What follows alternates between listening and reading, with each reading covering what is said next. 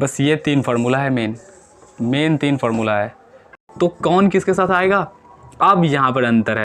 अब आप यूज करो कि कौ के पहले ए आएगा कि एन। अब कई लड़का होगा जो यहाँ पर लगाएगा एन, वो कहेगा कि ये तो भाई इंटेलिजेंट वोवेल साउंड दे रहा है, तो एन लगा देगा आंख बंद करके, लेकिन वो गलती क्या करे। हेलो गाइज, कैसे हो? वापस से आपका स्वागत है मेरे इस यूट्यूब चैनल पे। और आज हम आपके लिए लेकर आए हैं एक नया टॉपिक। इंग्लिश में आज हम पढ़ने वाले हैं आर्टिकल्स के बारे में। आर्टिकल्स सभी बच्चों का एक प्रॉब्लम रहता है कि आर्टिकल्स को कैसे समझा जाए। देखो बेसिकली आर्टिकल सबसे ज़्यादा मार्क्स आपके बोर्ड एग्ज़ाम में आपको दिला सकता है। कम से कम 5 से 7 नंबर आपको इस आर्टिकल्स टॉपिक से ही मिलने वाले। आर्टिकल्स को आज के क्लास में हम बहुत ईजी तरीके से समझने वाले हैं। बेसिकली आर्टिकल्स होता क्या है, आज हम वहाँ से शुरू करते हैं। होता क्या है उसको आज हम शुरू करेंगे। तो बेसिकली आपको समझना ये है कि आर्टिकल्स एक तरह का डिटरमाइनर है। डिटरमाइनर हम किसको कहते हैं साहब? डिटरमाइनर्स उसको कहते हैं जो ये बताता है कि कोई भी वर्ड्स, कोई भी जो सेंटेंस में आने वाले नॉन या प्रोनाउन है वो किस चीज़ में आने वाला है, वो निश्चित है या फिर अनिश्चित है। तो आर्टिकल्स इसलिए 2 भाग में हो जाता है। एक हो जाता है डेफिनिट आर्टिकल और एक हो जाता है इनडेफिनिट आर्टिकल। तो देखो साहब, इनडेफिनिट आर्टिकल का मतलब हुआ अनिश्चित और डेफिनिट का मतलब हो गया निश्चित। तो निश्चित कौन है? निश्चित कौन है आप ही लोग बताओगे? द को हो जाता है निश्चित हो जाए। और इनडेफिनिट की बात करोगे तो ए और एन क्या हो जाता है साहब? इंडेफिनिट हो जाता है। अब ये दोनों इंडेफिनिट आर्टिकल्स है। जब हम बात करेंगे इंडेफिनिट आर्टिकल्स की, तो इंडेफिनिट आर्टिकल्स ए और एन को कहते हैं। तो अभी हम पढ़ने वाले हैं यूज। हम यूज पढ़ेंगे ए और एन का यूज। तो देखो आपका सारा डाउट क्लियर हो जाएगा। बस वीडियो को अंत तक देखना। वीडियो को आप अंत तक देखो और आपका डाउट रहेगा ही नहीं ए एन और ए एन के बारे में। आप बस एक बार धीरज से देखो साहब, धीरज से। एक साइड हमें लिखना है ए और एक साइड हमें लिखना है एन। आज के बाद आपके पास ना कोई डॉट नहीं रहेगा ए एन में, कोई भी डॉट नहीं रहेगा। तो कमेंट करके बताइए। तो देखिए जी, ए क्या है? सबसे पहले ए जो है ना वो कहता है कि मैं ना हमेशा सिंगुलर नॉन के साथ आऊँगा। ए क्या कहता है साहब? मैं सिंगुलर के साथ आऊँगा। तो एन भी क्या कहता है साहब? हम भी आएंगे सिंगुलर के साथ। अब एन भी आएगा सिंगुलर के साथ। अब ये ए क्या कहता है कि मैं आऊँगा नॉन के साथ, मैं ऑलवेज आऊँगा नॉन के साथ। और ये एन क्या कहता है कि देखो साहब मैं भी आऊँगा नॉन के साथ। अब ये क्या कहता है कि देखो मैं काउंटेबल के साथ आऊँगा। तो ये भी क्या कहता है कि देखो साहब मैं भी काउंटेबल के साथ आऊँगा। तो अब यहाँ पर सवाल ये आएगा कि साहब दोनों तो साथ ही आ रहा है, तो कौन किसके साथ आएगा? अब यहाँ पर अंतर है, मज़ा आएगा। अब यहाँ पर अंतर ये है कि ए कहता है कि मैं ना कोई भी एक वर्ड का फर्स्ट लेटर कॉन्सोनेंट लूँगा। फर्स्ट लेटर क्या लूँगा मैं? फर्स्ट लेटर कॉन्सोनेंट लूँगा। ये कहता है कि मैं फर्स्ट लेटर कॉन्सोनेंट लूँगा साहब। अब आपको हो गई कि फर्स्ट लेटर ये कंसोनेंट लेगा तो ये क्या लेगा? ये कहता है कि मैं फर्स्ट लेटर वोवेल लूँगा। मैं फर्स्ट लेटर वोवेल लूँगा। वोवेल नहीं, वोवेल साउंड। यहाँ पर कंसोनेंट नहीं, कंसोनेंट साउंड। अब आपको समझ में आना चाहिए कि वोवेल साउंड क्या क्या होता है। देखो वोवेल साउंड का मतलब हो गया कि स्वर में क्या क्या आता है साहब? देखो बोलते वक्त ना आ ई आ गया, ऊ आ गया, अब ए आई आ गया, ओ औ आ गया। तो समझ लो कि साहब ये वोवेल साउंड दे रहा है। और इसके अलावा बाकी जो भी आ जाए समझ लीजिएगा कि कंसोनेंट साउंड दे रहा है। और जब कभी भी कंसोनेंट साउंड ये देता है ना तो समझ लेना कि ए आता है। तो इसका शॉर्टकट यदि मैं बना दूँ फॉर्मूला, तो ये कहता है कि मैं एस मतलब सिंगुलर और काउंटेबल ले रहा हूँ और नॉन ले रहा हूँ। अब ये कहता है कि फर्स्ट लेटर वोवेल ले रहा हूँ मैं। ये भी वही कहता है साहब कि मैं सिंगुलर ले रहा हूँ, काउंटेबल नाउन ले रहा हूँ, फर्स्ट लेटर वोवेल ले रहा हूँ। अब देखो लेकिन यहाँ पर बात ये आ रही है ना, वोवेल साउंड की बात आ रही है। ये प्रोनंसिएशन करते वक्त ही हमें पता लगेगा कि क्या आ रहा है, ये वोवेल साउंड दे रहा है या फिर कॉन्सोनेंट साउंड दे रहा है। तो ये कब पता चलेगा साहब? ये पता चलेगा आपको प्रोनंसिएट करते वक्त। तो कुछ हम अभी एग्जाम्पल देखते हैं। आप इसका स्क्रीनशॉट ले लो बहुत ईजिली से। अब हम इसको मिटाते हैं।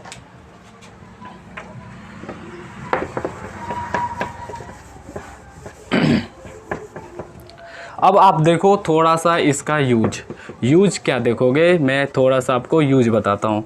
देखो यूज यहाँ पर है, जैसे मैं लिखता हूँ कॉ, यहाँ पर मैं लिखता हूँ MBA स्टूडेंट। यहाँ पर यदि मैं लिखता हूँ, यहाँ पर अपन को यूज करना है ए और एन का।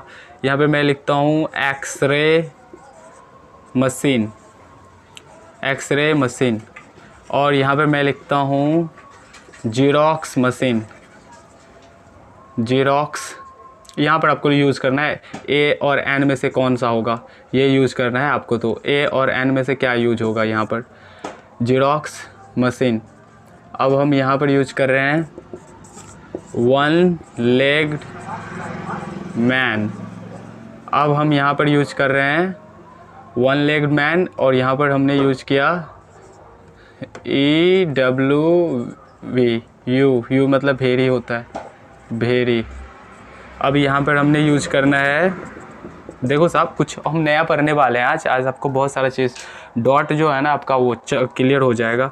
यहाँ पर है ऑनेस्ट मैन, और यहाँ पर है ऑनेस्टी।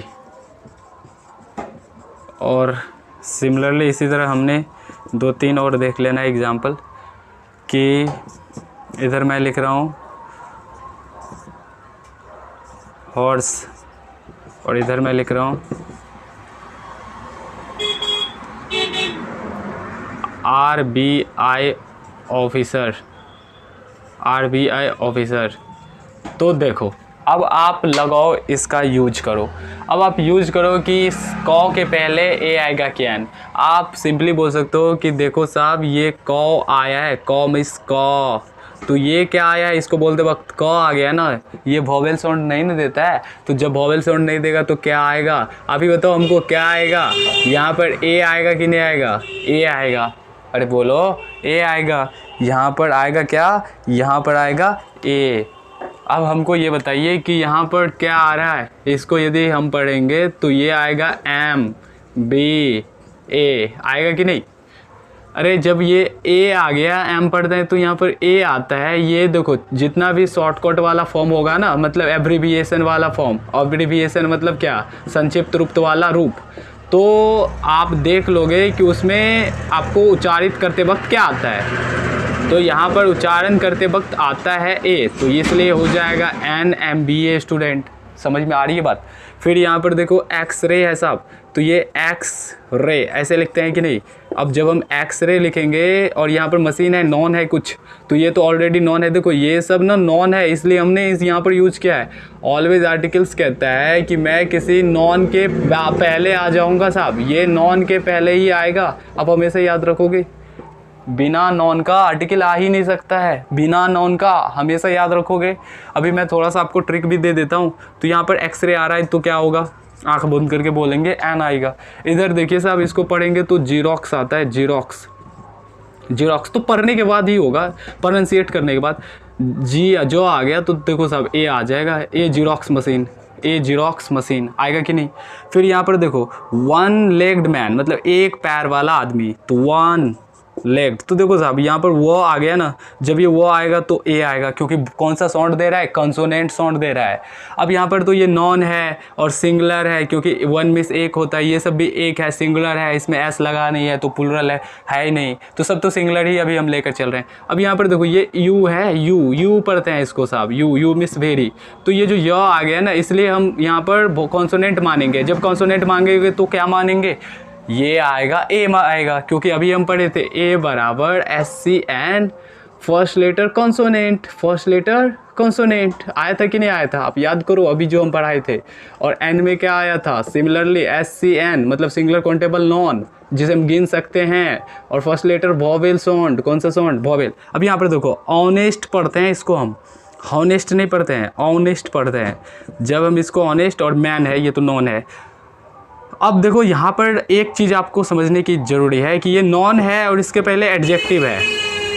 तब यहाँ पर एडजेक्टिव के बाद कोई नॉन है तो हम यहाँ पर यूज़ कर सकते हैं एन का, क्योंकि ऑनेस्ट आया है। लेकिन डायरेक्टली एडजेक्टिव रह जाएगा और कोई नॉन नहीं रहेगा उसके बाद, तो यहाँ पर कुछ भी नहीं होगा साहब। भले ही आप इसको ऑनेस्टी पढ़ रहे हो, आपको पढ़ते वक्त ऑनेस्टी आएगा, लेकिन यहाँ पर ऑनेस्टी आते हुए भी नॉन नहीं है। आर्टिकल कहते हैं मैं नॉन से पहले आऊँगा और ये नॉन नहीं है तो कट्टे से हो जाएगा नो आर्टिकल। अब यहाँ पर हॉर्स है साहब, नॉन है ये तो, हॉर्स नॉन, घोड़ा होता है इसका मतलब। अब देखो साहब ये ए होगा कि नहीं, क्योंकि हॉर्स पढ़ते हैं हम तो ह आ जाता है, फिर वॉवेल नहीं, ये कंसोनेंट देता है साउंड। फिर आर भी है, इसको पढ़ो, आर आएगा और बी आएगा, आई आएगा, और ऑफिसर तो नॉन ही है साहब। तो आर आ गया ना, तो इसलिए वॉवेल आ गया तो एन लगेगा। अब आपको एक ट्रिक याद रख लेना है, आपको दिखाई दे रही होगी ट्रिक, ये याद रखना है आर्टिकल्स का, आर्टिकल बनाने का ट्रिक, आर्टिकल बनाने का ट्रिक। आज देख लो, आज के बाद ना कोई डॉट नहीं रहना चाहिए, आज के बाद कोई डॉट नहीं रहना चाहिए ए और एन में, और लगा के आना है आर्टिकल का सारा सवाल।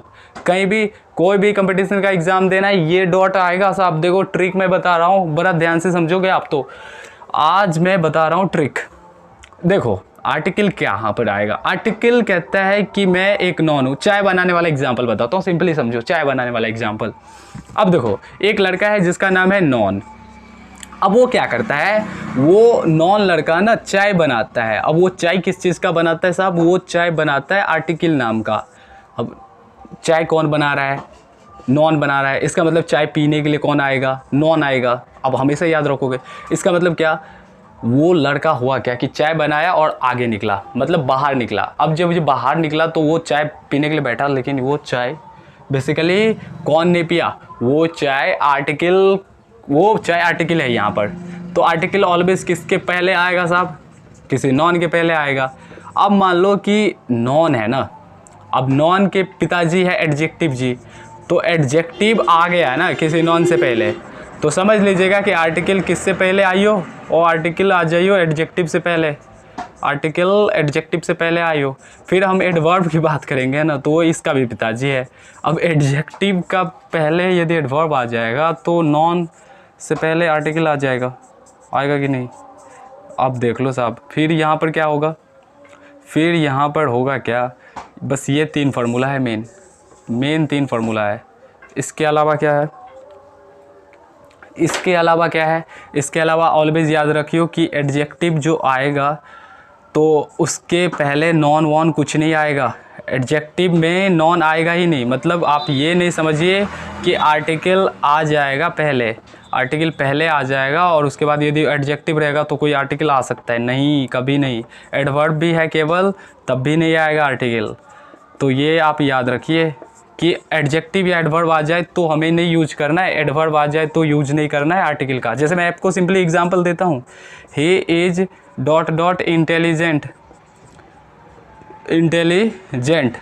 अब कई लड़का होगा जो यहाँ पर लगाएगा एन, वो कहेगा कि ये तो भाई इंटेलिजेंट वॉवेल साउंड दे रहा है, तो एन लगा देगा आंख बंद करके। लेकिन वो गलती क्या करेगा कि इंटेलिजेंट एक एडजेक्टिव है, और एडजेक्टिव क्या कहता है कि केवल एडजेक्टिव रहेगा तो आर्टिकल नहीं आएगा।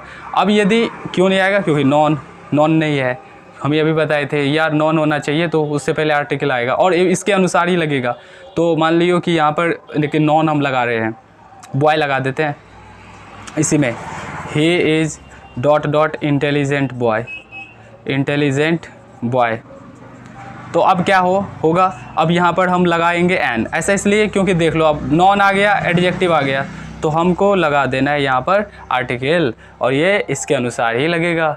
तो ये इंटेलिजेंट वॉवेल आ गया। अब यहाँ पर मान लो कि हम यहाँ पर लगाते हैं he is ... very intelligent boy. अब यहाँ पर आपको लास्ट चीज़ समझना है साहब, आज के क्लास का लास्ट चीज़ समझना है, बस 1 मिनट रुक जाओ, लास्ट चीज़ समझ लोगे आप, सारा लास्ट आ गया फार्मूला पर।